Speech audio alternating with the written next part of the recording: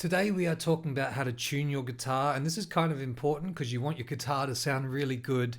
From the next lesson onwards, we're doing heaps of playing, but today I'm just going to talk about tuning, and I really want you to listen to exactly what I say because this can be a game changer between making your tuning really easy and really hard. First thing I want to say is tuners are not smart, so they get easily confused. So that means that you want to give the tuner the clearest possible signal so it can really easily compute and understand what you're trying to tell it. So the first thing I really recommend is using a guitar pick and making sure the signal with your right hand is coming loud and clear. You can hear the tone. If I play with my thumb, it can sound a little bit muffled, right? Whereas with my pick, it sounds a lot more defined and a lot clearer. So we'll talk more about how to use the pick and play with it later. But for now, just try and do your best to get a really clear signal to the guitar tuner. Try and make sure that you're also not hitting more than one string at a time.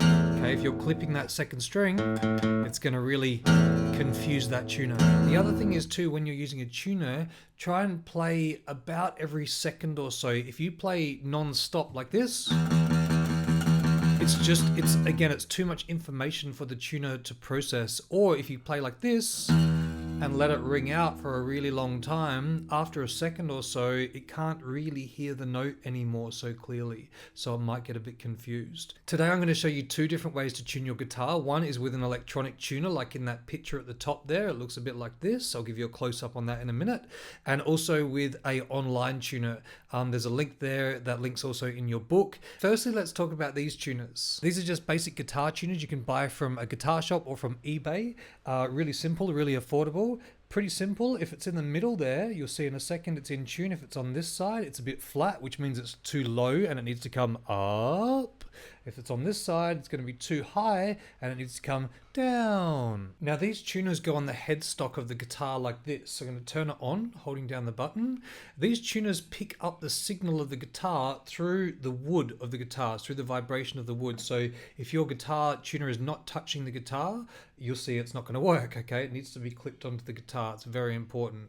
So what I'm going to do now is I'm going to play a low E string and you'll see that it's picking up the signal of that guitar. Now I just play that with my thumb like that, okay?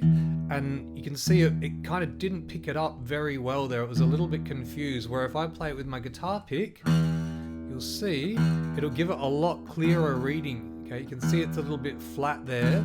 Sometimes it does jump between other notes, but most of the time it's going to give me a clear reading. Because I'm talking too, that's going to confuse it. So any external noise you want to get rid of as well. Okay, now this should be an E, and it's saying that's a little bit flat. So I'm just going to get my E, that's the low E string. And I'm just going to tune it up a little bit. So with my tuner, I'm turning that up this way to make it go up and down this way to go down. You can kind of do that by ear too. If I go, down or up, you can kind of hear if it's going up or down. Saying that, once your guitar's in tune, you should never really have to turn your tuning head too much up or too much down. It should be a fine adjustment. The one exception to that is if you have a nylon string guitar. When you put on new strings or you've got a new guitar, they do stretch a lot. So you might find that you go away and your nylon string guitar gets quite flat and you have to come back and tune it back up because the strings actually stretch. Apart from that, it should be pretty minor adjustments, and you definitely don't want to tune it up too high so you snap your strings. If you put too much tension on, you can actually break your strings. So you do want to be a little bit aware of that stuff. You'll get a feel for it as you get better at it. So I want to get that right on point there. There it is, right on E. I just want to talk about the settings on this tuner. You can see there it's got a little C there. C stands for chromatic. So that chromatic setting will tune it to any note. Now if I push it once there, that's going to actually change it to say G, which stands for guitar. So now it's only going to receive the 6 different letters of the guitar strings: low E, A, D, G, B, and the high E. It won't tune to any other notes. So that's really the setting you want on for your guitar is G. There's other settings too. If I push it again, you'll get banjo, B for banjo, V for violin, U for ukulele, and then back to C for chromatic. So I'm going to put it on the G setting for guitar, and I'm going to play my low E string. Now that should register a lot better for that E. So you can see now it's really picking that E up clearly. And I'm just going to play that guitar string every second or two and give it a really clear reading. I'm now going to go to the next string, the A. Okay, and I really want to slowly bring that in. You can see that's giving me a really clear reading now. Now, ideally we want it in the green. If it's a little bit out, you know, it's not ideal, but it's still kind of okay.